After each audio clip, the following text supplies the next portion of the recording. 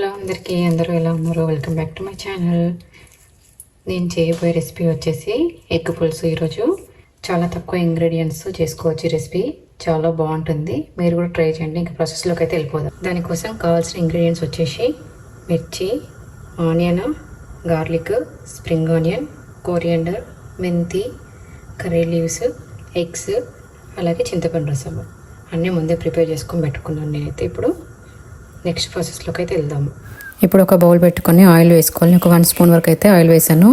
Oil వేడిన తర్వాత ఆవాలు, జీలకర్ర, ఎండుమిర్చి, పచ్చిమిర్చి, ఆనియన్, గార్లిక్, స్ప్రింగ్ ఆనియన్స్, మెంతి ఆకులు, అలాగే కోరియండర్, కర్రీ లీవ్స్ వేసుకున్నాక మిక్స్ చేసుకొని ఆనియన్ సాఫ్ట్గా కుక్ అయ్యేంత వరకు కుక్ చేసుకోవాలి.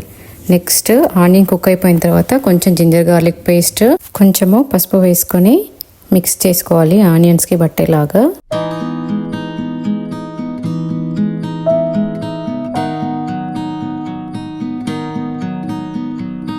ఆనియన్ కూడా మంచిగా కుక్ అయిపోయింది. ఇప్పుడు టేస్ట్కి సరిపడినంత సాల్ట్, టేస్ట్కి సరిపడినంత కారము, అలాగే ఒక 1 స్పూను కొరియండర్ పౌడరు, ఒక 1/2 స్పూను మెంతి పౌడర్ వేసుకొని మిక్స్ చేసుకోవాలి. మసాలా అంతా ఆనియన్కి పట్టించాలి.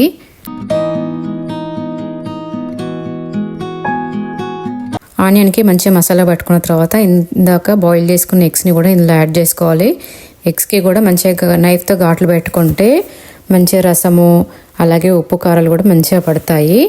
అలా పెట్టేసుకుంటే ఇంకా అవి వేసుకున్నాక మంచిగా మిక్స్ చేసుకోవాలి. ఒక 2 మినిట్స్ ఫ్రై అవ్వనివ్వాలి. అవి వేసుకున్నాక లో ఫ్లేమ్లో పెట్టేసుకొని అది మంచిగా ఫ్రై అయిపోయిన తర్వాత చింతపండు రసంని యాడ్ చేసుకోవాలి. నెక్స్ట్ మీరు తినే పులుపుని బట్టి వాటర్ని అడ్జస్ట్ చేసుకుని వేసుకోవాలి. వేసుకున్నాక మిక్స్ చేసుకొని ఒక 2 మినిట్స్ కుక్ అవ్వనివ్వాలి.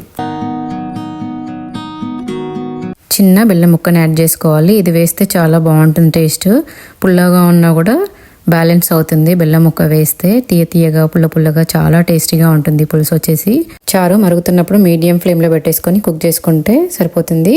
ఈ కన్సిస్టెన్సీలో అయినా స్టవ్ ఆఫ్ చేసుకోవచ్చు. లేదు ఇంకా తిక్కుగా కావాలి అనుకునే వాళ్ళు ఇంకొక 2-3 మినిట్స్ ఉంచేసి ఆఫ్ చేస్తే సరిపోతుంది. ఇంకా అంతే, యమ్మీ పుల్లని ఎగ్ పులుసు అయితే రెడీ అయిపోయింది. ఇది వైట్ రైస్లో అయినా చపాతీలో అయినా చాలా బాగుంటుంది. ఒకవేళ మీరు ట్రై చేయకపోతే ట్రై చేయండి. చాలా మంది వీడియోస్ చూస్తున్నారు కానీ సబ్స్క్రైబ్ అయితే చేసుకోవట్లేదు. ప్లీజ్ సబ్స్క్రైబ్ చేసి లైక్, షేర్ చేయండి. అలాగే పక్కనే ఉన్న బెల్ ఐకాన్ మాత్రం ప్రెస్ చేయడం మర్చిపోవద్దు. Thanks for watching my videos. Bye.